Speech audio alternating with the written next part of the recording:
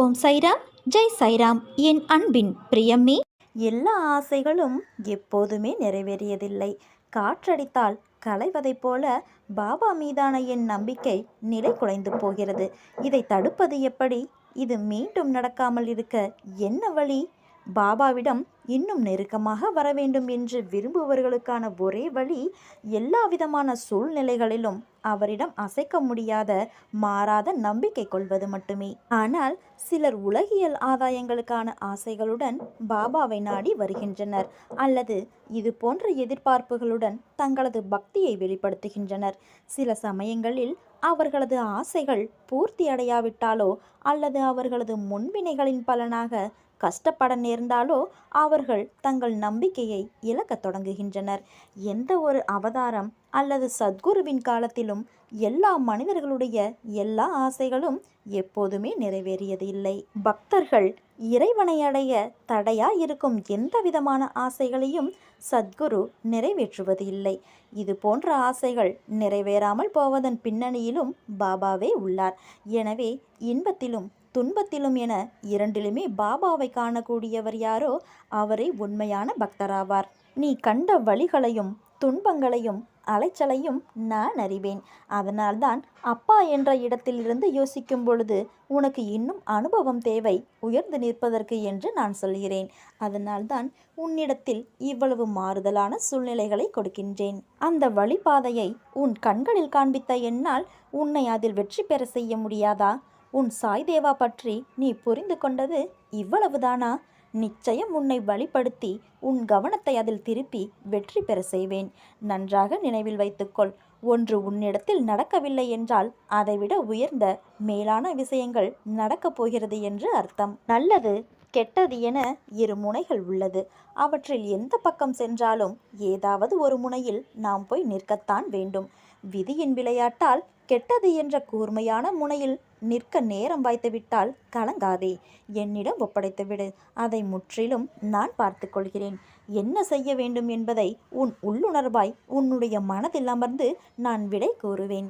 நான் வாழும் உன் வீடு உனக்கு துவாரகமாய்தான். இனி உன் இல்லத்தில் இருள் நீங்கி வெளிச்சம் வந்துவிட்டது. சந்தோஷமாக இருக்கப் போகின்றாய். என் குழந்தை கோழை அல்ல. எத்தனை கஷ்டங்கள் வந்தாலும் தாங்கி நின்று கடந்து செல்லும் தைரியம் உனக்கு இருக்கிறது. நீ சமாளித்து நடை போட்டாலும் உன் மனதில் இருக்கும் குமுறலை வெளியே மற்றவர் உணராத வண்ணம் நீ நடக்கின்றாய். கர்மவினை என் குழந்தையை கலங்க வைக்கும் போது நானும் உன்னுடன் தான் வலியை அனுபவிக்கின்றேன். உன் சந்தோஷத்திலும் சரி துக்கத்திலும் சரி உன்னுடன் தான் இருப்பேன். உன் வலியை நான் மாற்றுவேன். என் பிள்ளையின் வளர்ச்சிக்காக நான் பாடுபடுவேன். உன் கண்ணீர் கவலையெல்லாம் முடிய போகின்றது. கூடிய விரைவில் உனக்கான வெற்றி இலக்கு காத்து கொண்டு இருக்கிறது.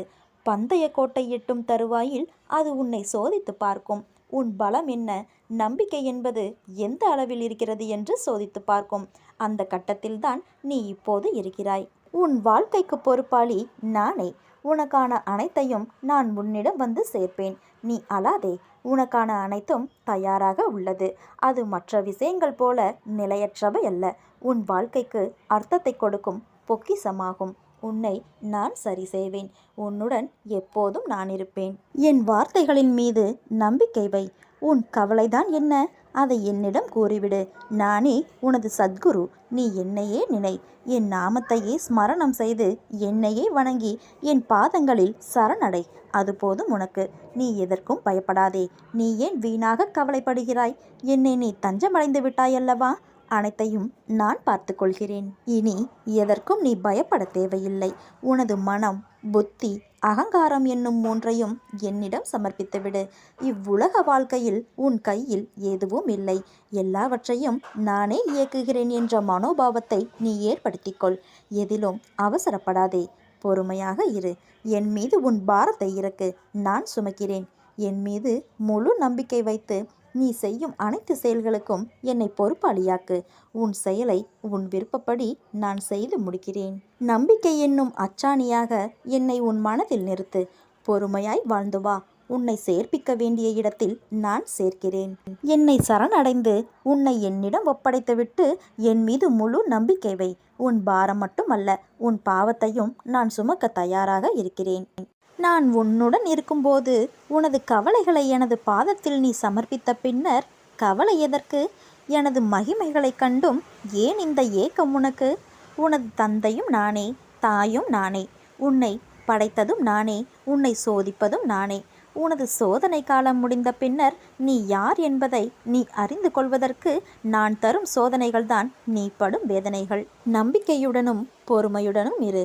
அதற்கான பலன்கள் விரைவில் வந்தடையும். உனக்கான நல்ல நேரம் வரும் வரை என் மடியில் அமர்ந்து உன் கர்மாக்களை கழித்து வா.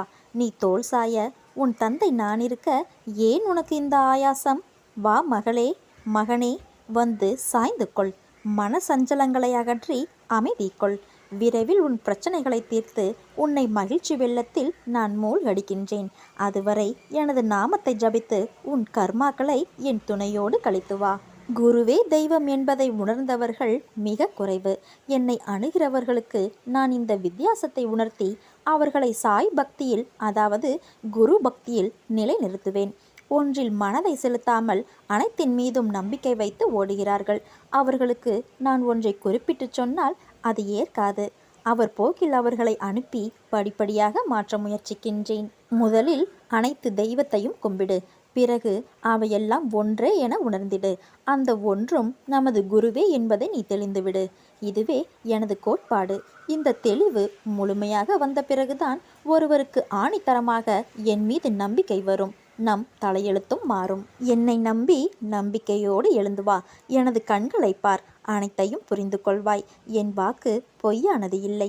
நீங்கள் எதிர்பார்த்து காத்திருக்கும் அனைத்தையும் நான் நிச்சயமாக நடத்தி காட்டுவேன். உன் வாழ்வில் நான் தரும் மாற்றம் மிக சிறந்த முன்னேற்றமாக இருக்கும். உனக்கு நீ இன்னும் கொஞ்ச காலம் அனைத்தையும் சகித்து கொண்டு இரு என்று ஆலோசனை கூறினேன்.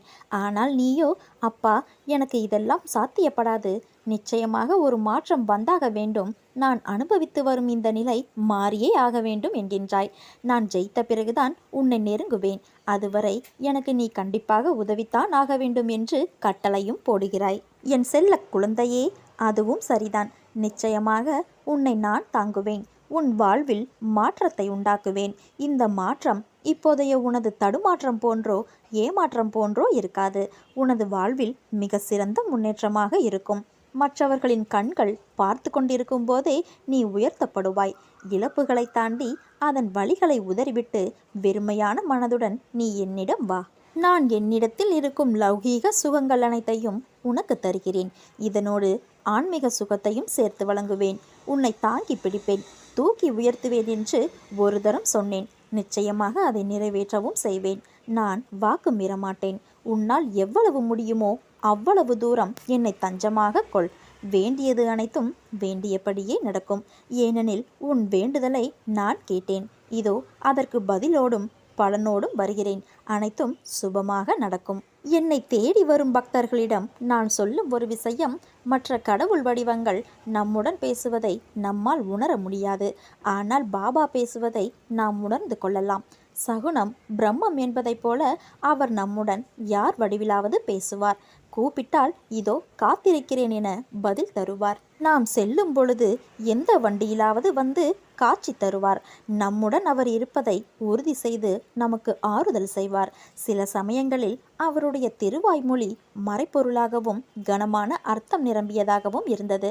சில சமயங்களில் அவர் மென்மையாகவும் கேலியாகவும் பேசினார். சில சமயங்களில் எப்பொழுதும் பேசும் மறைப்பொருட்கள் அடங்கிய பேச்சை விடுத்து கோபம் வந்தது போல பாசாங்கு செய்வார். சில சமயங்களில் குறிப்பால் உணர்த்தியும், சில சமயங்களில் விவேகத்தால் புரிந்து கொள்ளுமாறும், சில சமயங்களில் வெளிப்படையாக தெளிவாகவும் அவர் பேசுவார் என சச்சரித்திரம் அழகாக கூறுகிறது. அவர் கஷ்டப்படுவோரின் கற்பகத்தரு. ஒரே குரலுக்கு ஓடோடி வரும் தெய்வம். தன் பிள்ளைகளுக்காக ஏங்கும் தாய். அவரை உண்மையோடும் உணர்வோடும் வணங்குங்கள். அவரிடமிருந்து நிச்சயம் பதில் கிடைக்கும். துன்பங்களே வாழ்க்கையாகிவிட்டது என்று சோர்ந்து விடாதே. கர்மாவை முறியடித்து நீ வெற்றி பெறும் நேரம் இதோ நெருங்கிவிட்டது. இது உன் ஆறுதலுக்காக நான் சொல்லவில்லை. ஆறுதலே கூற முடியாத சில கஷ்டங்களுக்கு இந்த சாயப்பா நிச்சயமாக ஒரு மருந்தாக இருப்பேன். நீ நம்பிக்கையோடு இருந்தால் நல்லதே நடக்கும்.